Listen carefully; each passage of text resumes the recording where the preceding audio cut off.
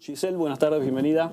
Hola, buenas tardes a ustedes, ¿cómo están? Bien, todo tranquilo. ¿Vos? Bien, muy bien. Bueno, me alegro. Contenta de estar acá, como siempre. Me alegro. Bueno, 6 proyectos hay que tienen que ver con la reforma de la Constitución desde distintos lugares políticos.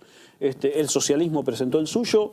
¿En qué se diferencia del resto o cuáles son los lineamientos de ese proyecto, Giselle? Bueno, nosotros estamos volviendo sobre algo que hace muchos años que venimos insistiendo. El socialismo ha sido uno de los principales propulsores durante nuestras gobernaciones de la idea de la reforma constitucional. Creemos que la Constitución de Santa Fe es una constitución que ya no tiene nada que ver con la realidad de nuestra provincia y nada que ver con la realidad de nuestra sociedad, y creemos que es urgente poder reformarla para poder adecuarla a los cambios sociales, a los derechos que hemos ido conquistando en este tiempo. Hay algunas cuestiones que no están planteadas, pongo por caso, y una cuestión que para nosotros es fundamental, que es el voto joven, la cuestión de los derechos ambientales, que ha crecido y avanzado mucho en este tiempo en la Argentina y que debería estar plasmado de otra forma en nuestra Constitución, o la cuestión de las autonomías locales, tan discutida en este tiempo y que para nosotros es fundamental y que la hemos exigido y la hemos planteado siempre, pero que lo queremos volver a empujar otra vez con una reforma constitucional, entendiendo que además tenemos por primera vez un gobernador que no insiste con esta idea, sino que por el contrario no ha presentado hasta ahora como gobierno provincial, como oficialismo, una propuesta concreta de reforma.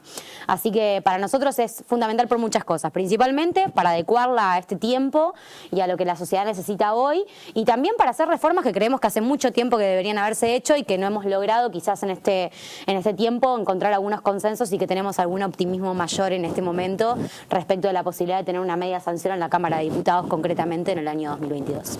¿Sigue siendo la reelección del gobernador una de las principales trabas en la discusión? Porque veo que hay puntos de encuentro en este caso. Hay puntos como, por ejemplo, el voto joven, los derechos ambientales, o lo que tiene que ver justamente con el medio ambiente, son como puntos que en la mayoría de los proyectos están.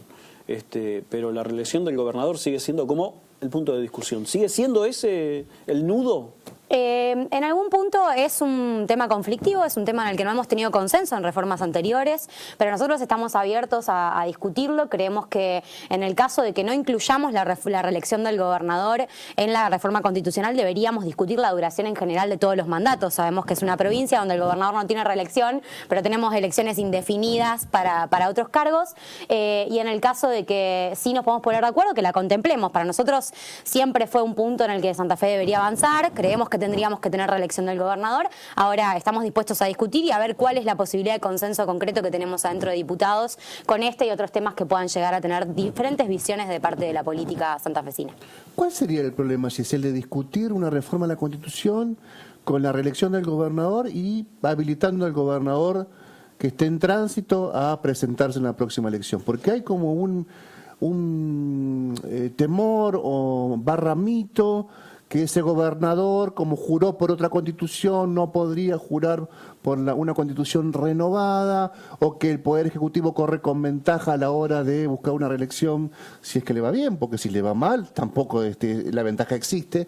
¿Por qué no sincerar la discusión y decir, bueno, está bien, que el gobernador que esté en ejercicio mientras se discute esto esté habilitado, si se reforma la Constitución, en el próximo periodo a ser candidato también? Bueno, son posiciones, ¿no? Esto que vos decís que en realidad es un mito, son posiciones políticas. También podría ser una decisión política que el gobernador en ejercicio diga, me excluyo, que quede por favor clarísimo frente a la sociedad, yo me excluyo de ser candidato en la próxima elección. También podría pasar eso. De hecho, nosotros hemos tenido gobernadores que se han autoexcluido de la posibilidad de hacer algunas competencias propias del propio legislador, en el caso de Hermes Wiener cuando tomó esa decisión con la Corte. La verdad es que son posiciones políticas diferentes de los distintos partidos. Veremos qué es lo que nos arriba a la discusión.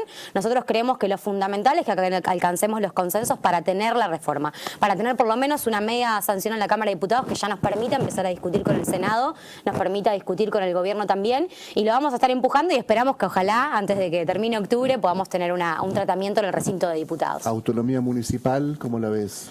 urgente? Sí, creemos que es importante la autonomía municipal. Nosotros siempre hemos planteado que es fundamental poder dotar de mayores herramientas a nuestros municipios y comunas. También creemos que autonomía tiene que implicar una discusión muy profunda. Tiene que haber autonomía de competencias, es decir, autonomía para tener más potestades, pero también tiene que venir con más recursos económicos. Creemos que la discusión del financiamiento de los propios gobiernos locales, municipios y comunas no puede quedar exenta del debate de la autonomía política, porque si no estamos, en definitiva, haciendo algo que ya ha sucedido en otros momentos de la historia de la Argentina, que es darle cada vez más atribuciones a determinados gobiernos, pero sin los recursos y las herramientas fundamentales para poder llevar adelante esa autonomía, ¿no? En realidad te damos autonomía medio formal en la letra de la ley, pero después en los hechos concretos es muy difícil de sostener y de llevar adelante. Hay una realidad que es que se refleja en cualquier encuesta o saliendo a la calle, preguntándole a la gente o preguntándole a los vecinos o a nuestros familiares cómo la están pasando. Hay un gran problema de inseguridad y un problema económico. Situaciones que per se una reforma constitucional no resuelve. ¿Cómo le explicás entonces a la sociedad que enfrenta estos dos problemas que una reforma constitucional es importante igual? Bueno, nosotros lo dijimos el otro día en la presentación del proyecto en la Cámara de Diputados, en la conferencia de prensa. Creemos que si bien hay cuestiones urgentes y prioritarias para la política en general que atender, y que de hecho el mismo gobierno provincial tiene que estar atendiendo en la cotidiana, y somos muy críticos de cómo este gobierno lo está haciendo, porque creemos que no está arribando a soluciones ni a políticas públicas claras, concretas y con resultados, tanto en materia de seguridad como en materia económica. Creemos que también tenemos que pensar en el futuro que dejamos para Santa Fe, y pensar la reforma constitucional tiene que ver con eso, con cómo los próximos gobiernos se encuentran con una provincia mayor, con mayores herramientas institucionales, con una discusión saldada ya respecto de, por ejemplo, el funcionamiento del Poder Judicial. Tenemos muchos artículos involucrados que tienen que ver con cómo elegimos a nuestros jueces, cómo los removemos, ¿no? Vamos a hablar dentro de un ratito del tema Mingarini.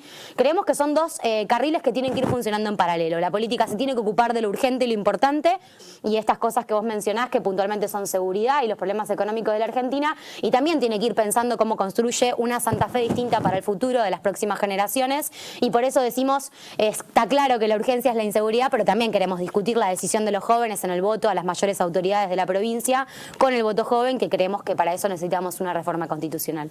Y ahí, en todo eso que mencionaste, no se puede ir corrigiendo todas estas situaciones con leyes ordinarias, digamos. Bueno, nosotros creemos que no, que hay cosas que requieren una reforma constitucional, y por eso estamos haciendo nuestra propuesta concreta y estamos trayendo sobre la mesa la posibilidad de discutir todos los cambios de fondo que necesita Santa Fe con la reforma constitucional. 6 proyectos indican que el consenso podría estar cerca. Sí, creo que indican que hay un entendimiento generalizado, por lo menos en la Cámara de Diputados, de que la reforma es necesaria, y que cada uno tiene distintas ideas para poner sobre la mesa en esta discusión. Creemos que es posible una media sanción, como lo dije antes, veremos qué es lo que depara el año 2022, pero consideramos que este puede ser el año oportuno para la reforma, para tener esas discusiones de fondo que necesitamos, y que a veces en los años electorales es un poco más difícil que la política pueda sortear y que pueda ponerse de acuerdo. ¿Cambiamos de tema, Héctor? Dale. Cambiamos de tema. El censo indicó que las mujeres cada vez son más en este país, claramente, y obviamente en el deporte también deben ser más, claramente, más allá de que los medios de comunicación no lo reflejen así, y algunos medios alternativos sí lo están reflejando de esta forma. Y en este marco estás impulsando una ley del deporte femenino. ¿A qué apunta específicamente? Bueno, nosotros en estos 2 años de pandemia, que sabemos que han golpeado mucho a las instituciones deportivas, que han paralizado mucho a los deportistas, estuvimos tratando de estar cerca y acompañando a los clubes, a las entrenadoras, a las jugadoras de distintas disciplinas, y a partir de ese proceso nos fuimos encontrando con un montón de testimonios y con un montón de experiencias de mujeres que hacían distintos deportes, que nos empezaban a contar las dificultades que para ellas, habiendo nacido mujeres y habiendo empezado a practicar un deporte, implicaba la cotidiana. Estoy refiriéndome a la dificultad económica muchas veces de poder sostenerse en la práctica deportiva, porque para muchas mujeres en algunas disciplinas vos no puedes competir en tu propia localidad porque no existe una competencia de ese deporte en tu localidad, o porque no existe, por ejemplo, una liga de fútbol femenino a la que vos puedas ir, jugar, entrenar, formarte, mejorar como deportista para el día de mañana, vivir de eso. Entonces tenés que trasladarte a estas otras localidades, tenés que pagar muchísimo dinero.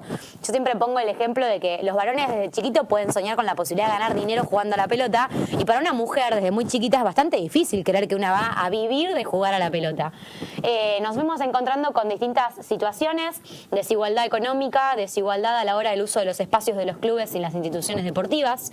Hay un club muy importante, muy reconocido en nuestra ciudad, que por ejemplo a las mujeres que hacen fútbol femenino las manda a entrenar al estacionamiento, no pueden ni siquiera utilizar la cancha principal que utilizan los jugadores varones, pese a que pagan la cuota social del club, pese a que son miembros de las comisiones directivas, a que son también parte de la institución, no pueden hacerlo en las mismas condiciones. O en muchísimos lugares de la provincia nos han contado que les dan la posibilidad de utilizar las canchas principales a las 10, 11 de la noche, que es cuando nadie las usa. Claro. Y la verdad que a las 10, 11 de la noche para una mujer, que además es madre, que tiene que llegar y darle de comer a los hijos, preparar la cena, es impensado hacer una cosa así. Lo mismo nos encontrábamos con situaciones que tienen que ver con la formación de los entrenadores. Muchos entrenadores varones entrenan equipos deportivos de mujeres y nos decían, no tenemos el staff de recursos humanos y de profesionales que necesitamos para saber cómo abordar situaciones de violencia de género, que con tener mujeres deportistas te pueden pasar al interior de las instituciones. Saber cómo abordar las lesiones en el cuerpo de la mujer, que es distinto al del varón y por ende tiene consecuencias diferentes. Una lesión, no sabemos cómo abordar la recuperación de una deportista que pasó por la maternidad o por la lactancia y que después se tiene que volver a incorporar al deporte y que todo eso, ese parate que tiene en ese momento determinado de su vida le va afectando. Bueno, ellos nos decían, no tenemos los recursos humanos, no tenemos la capacitación suficiente y necesitamos que el Estado asuma un rol. Estos ejemplos que yo pongo son ejemplos que nos encontramos en Santa Fe, que nos encontramos en Rosario, en Venado Tuerto, en Vera, en cada una de las localidades que recorrimos y que nos permitieron observar que había una conducta bastante común y generalizada en los clubes y por eso estamos trabajando en un proyecto de ley que tiene acciones concretas para cambiar estas cosas. Vamos a pedir a Giselle que arreglar un poquito el micro, que está haciendo un ruidito. Estamos charlando con Giselle Mamut, sí. Sergio, diputada provincial del Partido Socialista. 6 proyectos se han presentado en la legislatura de reforma de la Constitución y además aprovechamos, Sergio, hablar con Giselle Mamut por el tema de el deporte, la inclusión de la mujer y las condiciones para que las mujeres puedan practicar deportes, y eso venía contándonos hasta Exactamente. Y describió la realidad que obviamente no es extraña en toda la provincia, pero ¿por qué hasta ahora pensás que ninguna parte del Estado se hizo eco de esto, Giselle? Bueno, creo que en algún punto hay algunos fenómenos que tienen que ver con cambios sociales y con culturales. Uno de los que estamos que estamos hablando tiene que ver con eso. Yo pongo siempre los ejemplos del fútbol porque tradicionalmente para nosotros el fútbol fue un deporte de varones, ¿no? Exactamente. El hockey y el vóley era el deporte que practicaban las mujeres, el fútbol el que practicaban los varones. Y ahora que la mujer está empezando a irrumpir de otra manera en determinados deportes que tradicionalmente fueron para varones, se empiezan a notar mucho más, a visibilizar mucho más esos pequeños obstáculos que existen para nosotras, que creo que están pudiendo las mujeres poner en palabra, poder expresar, poder reflejar. Siempre existieron, pero hoy son quizás más visibles, propio de los cambios sociales que estamos viviendo. Y me parece que todavía el Estado no tomó nota de qué cosas puede hacer para contribuir con esto. Nosotros somos bastante críticos también de la gestión de la Secretaría de Deportes de la provincia, porque a partir de todo este tiempo de pandemia, estando cerca de los clubes, nos fuimos dando cuenta de que no hubo un acompañamiento como correspondía a las instituciones deportivas en una situación que los llevó a la crisis, en algunos casos hasta incluso a la quiebra.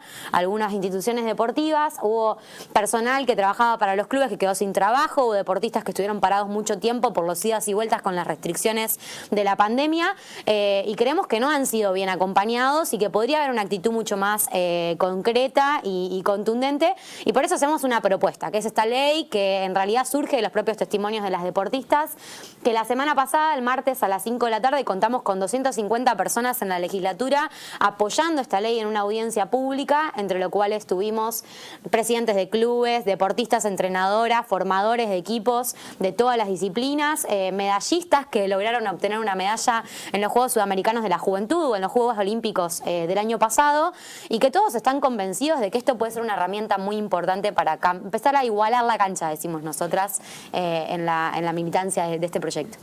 Un periodista que vino aquí hace algunos días, que es Diego Vergara, en realidad vino a hablar de lo que fue, que Unión salvó su categoría dentro del básquet, dijo que en la provincia de Santa Fe es necesario elevar de rango la Secretaría de Deportes y transformarla en ministerio. ¿Es factible eso? Sí, claro que es factible, depende de la voluntad política de quienes estamos en la legislatura de votar una ley, una reforma a una ley, y también del propio gobernador de poder hacerlo posible, en este caso el gobernador de turno. Hay proyectos en la legislatura provincial presentados en ese sentido que particularmente nosotros acompañamos y que en la propia audiencia manifestaron varios intendentes y autoridades locales la importancia que tendría jerarquizar un área como deporte en un ministerio, porque somos conscientes de que hoy dentro del Ministerio de Desarrollo Social muchas veces la mayor cantidad de recursos, de energías y de esfuerzos se los lleva la asistencia alimentaria, determinadas políticas sociales y no necesariamente el deporte, así que creemos que podría contribuir en ese sentido. Una política social es el deporte también. Exacto, sí, claro. Pero es cierto que al tener rango de secretaría muchas veces queda entre muchas otras políticas sociales un poco más disminuida. Como podría aplicarse a cualquier agencia estatal, podría ser una subdirección de deportes con presupuesto y con mucho volumen y tener un desempeño notable y poder generar un elefante con un ministerio y hacer un elefante bobo también. Sí, por supuesto. Pero obviamente la estructura gigante te da la más posibilidad de tener recursos, es verdad, eso no estoy ninguneando la idea de tener un ministerio, me encantaría. No, lo concreto del objetivo es jerarquizar un área que necesitamos que esté jerarquizada. Por supuesto. Hay mucho, lo que está pasando mucho, por lo menos de mi experiencia, en rugby y en básquet, es que las pequeñas, las niñas, empiezan a jugar en escuelita o en premini y a los 7, 8 años ya no pueden competir con los varones y no pueden seguir jugando algo que les gusta tanto. Y porque no pueden armar un equipo de 10 o de 5 o de 15, ni hablar el rugby, y tienen que frustrarse y elegir otro deporte. Sí, tal cual. Bueno, de hecho, mañana mismo yo voy a estar reuniéndome en la ciudad de Rosario con una niña de 11 años de la localidad de Los Molinos, que se llama Emma, que en particular tiene esa situación que vos estás describiendo, ¿no? Llegó un momento en el que por su edad ya no podía seguir compitiendo en un equipo mixto con varones de su propio club y que necesitó empezar a trasladarse a 80 kilómetros de su localidad para empezar a competir, para seguir profesionalizándose, para seguir creciendo como deportista, que incluso hoy está haciendo probada y tiene oportunidades muy grandes en Buenos Aires, pero que acá en la provincia de Santa Fe no encontraba, por ejemplo, la posibilidad de seguir compitiendo, ¿no? Qué locura. Bueno, esas son las realidades que nosotros queremos cambiar con este proyecto de ley, porque en definitiva nos ha pasado, y lo digo como parte de una generación donde no era quizá una cosa muy de moda jugar al fútbol femenino, hoy ves que cada vez más chicas juegan al fútbol, cada vez más chicas juegan al básquet, cada vez más mujeres se están metiendo en algunos deportes, pero en mi época pasaba que veías un montón de chicas que a lo mejor en la primaria y en la secundaria estaban súper embaladas con el deporte, pero llega un momento en que vos decís, bueno, esto no es para mí, porque esto en realidad es para varones, y si yo quisiera vivir de esto probablemente no lo podría hacer.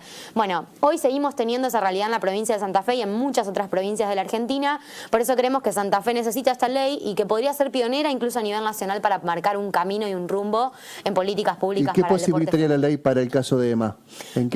¿Cómo ayudaría la ley a Emma? Bueno, nosotros lo que planteamos, una de las principales cosas que planteamos en el proyecto es la obligación de que se empiecen a generar de manera progresiva las mismas competencias que se generan hoy para varones en el ámbito de lo femenino para todas las disciplinas deportivas.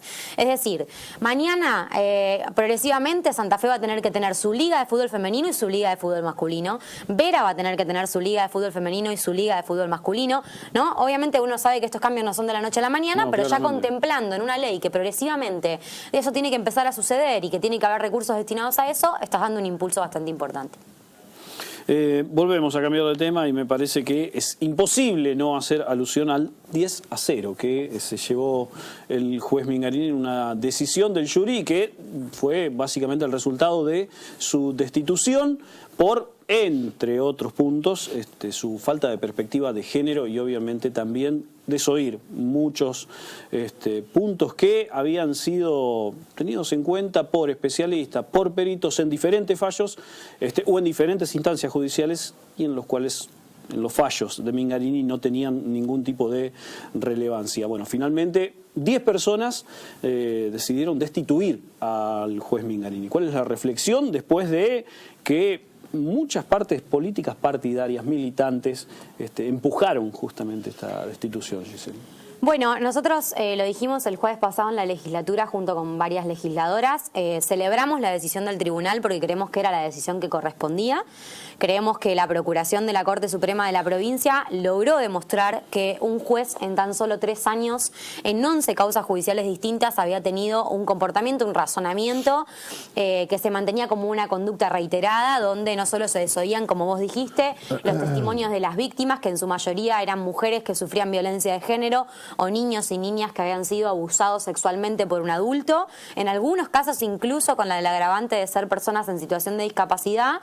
Este juez desoía las pruebas médicas, desoía los testimonios de las propias escuelas. Hay causas que son muy contundentes, donde para nosotros la Procuración logró demostrar que efectivamente era un magistrado que no conocía ni el derecho vigente que tenía que aplicar en torno a la protección de las mujeres ante las situaciones de violencia de género, ni tampoco tenía perspectiva de niñez y discapacidad, y además utilizaba una ponderación de las evidencias que generalmente llevaba a la revictimización de las propias víctimas de las causas, ¿no? Y para nosotros, lo dije en la legislatura el jueves, cuando pasan situaciones de femicidio en una Argentina donde muere cada 27 horas una mujer, o en el Gran Santa Fe se inician 12 causas de abusos sexuales por semana, donde el 70% de las víctimas son niños, niñas y adolescentes, y nos empezamos a preguntar cómo llegamos a eso, bueno, si uno mira para atrás todo lo que pasó para que lleguemos a eso, tiene que analizar el comportamiento del Poder Ejecutivo y lo que hace para promover derechos, las leyes que tenemos vigentes y cómo nos amparan, o cómo promueven nuestros derechos, y también el accionar de la justicia. Y en este caso en particular, lo que quedó muy demostrado es que Rodolfo Mingarini era un juez que contribuía a esa revictimización y contribuía hasta incluso a que las propias víctimas que habían denunciado hechos vuelvan a ser víctimas por los mismos imputados de algunos hechos de nuevo delictivos, ¿no? Así que para nosotros es un mensaje muy claro a la justicia, de que hay cosas que tienen que empezar a ponderarse y hay cuestiones vinculadas a la perspectiva que tienen que utilizarse para algunas causas concretas que van a tener que ser mayormente contempladas por los funcionarios del Poder Judicial. Héctor. No, me parece que estuvo muy bueno todo el proceso, además. La exposición mediática del asunto, la exposición de los 12 casos, creo que eran 12 casos del procurador, 12 denuncias, 12 casos de la denuncia del procurador, no importa, 11, 12 son muchos para un juez en ejercicio. La mesa Ni Una Menos, ¿no?, que siempre estuvo ahí bajándole la lupa al asunto. A mí me resultó interesante todo el proceso. Estaría bueno que todos esos observatorios que se crean, ¿no?, con tantos recursos tengan frecuentemente a la vista los casos que a la ligera no pueden aparecer, que necesitan una mirada más profunda de entre líneas de los fallos. Hay muchos jueces sexistas en Santa Fe, muchas juezas sexistas también, entonces sería interesante profundizar todo este laburo que fue muy interesante. Sí, no lo dije antes, pero nosotros también destacamos como una cosa muy positiva el proceso que se dio. En primer lugar, destacar el trabajo periodístico de las periodistas con perspectiva de género que han estado presentes en las audiencias, que han sacado a relucir esta situación y que han hecho una investigación muy exhaustiva del comportamiento y el razonamiento de Mingarini. Destacar el rol de Ni Una Menos, un movimiento social de mujeres que se conformó hace algunos años y que está ejerciendo una tarea que es nada más y nada menos que el control social que hay que tener sobre los funcionarios públicos, en este caso de la justicia. Y también destacar que no solo es inédito el fallo de 10 votos por unanimidad para la destitución de Mingarini, que no lo habíamos tenido en ninguna otra situación. Yo lo mencioné también en la legislatura el jueves. El juez Muse Chemes de la ciudad de Santa Fe, que había sido destituido hace algunos años atrás por desoír de manera permanente a las víctimas, ni siquiera había tenido un fallo por unanimidad del Tribunal de Enjuiciamiento. Así que estamos hablando sin dudas de una situación que por lo menos al tribunal lo dejó con ninguna duda al respecto y fue muy contundente con su votación. Y tampoco había pasado antes que más de 20 legisladoras de distintos partidos políticos asumieran un rol protagónico en la denuncia de esta situación y en la visibilización del problema. Destacar que es nada más y nada menos que parte de muchas de las otras iniciativas que están sucediendo al interior de diputados, de asumir nosotras como legisladoras un rol también de controladoras del Poder Judicial en el sentido del resguardo de las mujeres, del resguardo de los niños y niñas y adolescentes y de velar porque las normativas que tienen que aplicar los jueces realmente se apliquen con la perspectiva correcta para no revictimizar y para no dejar sin reparación a un montón de víctimas, entendiendo que además todos los días estamos hablando de hechos de violencia, estamos hablando de víctimas que sufren una situación que les cambia la vida y que en este caso en concreto teníamos a la justicia reproduciendo esa situación aún más. Dos cositas. ¿Viste en el tratamiento periodístico? Porque me parece que los varones también tuvimos un rol importante. Esta vez, en el caso de Bussechemes, venía del norte, venía de ver una sociedad mucho más atávica, mucho más patriarcal, mucho más, no sé, troglodita. No quiero estigmatizar, pero la verdad que lo que sucede en el norte muchas veces es muy terrible.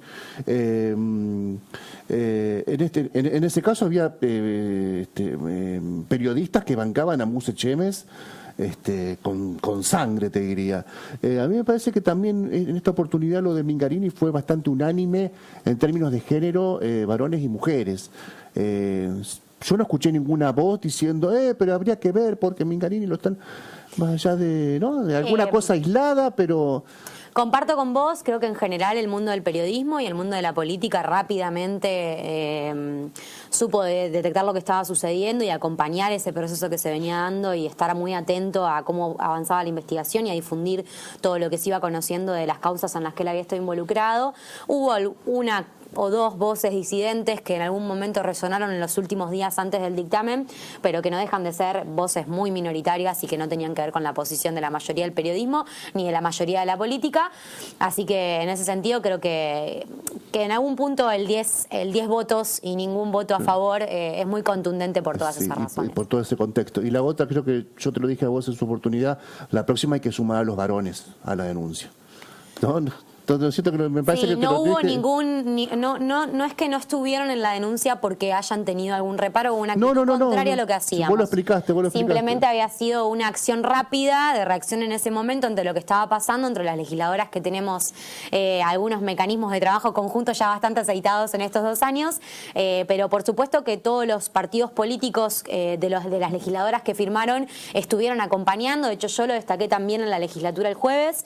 La posición que asume Maximiliano Puyaro como representante de la Cámara de Diputados y la argumentación de su voto fue una argumentación que nos hizo sentir representadas a todas las legisladoras que estábamos involucradas y a todos los partidos políticos a los que pertenecemos cada una de nosotras.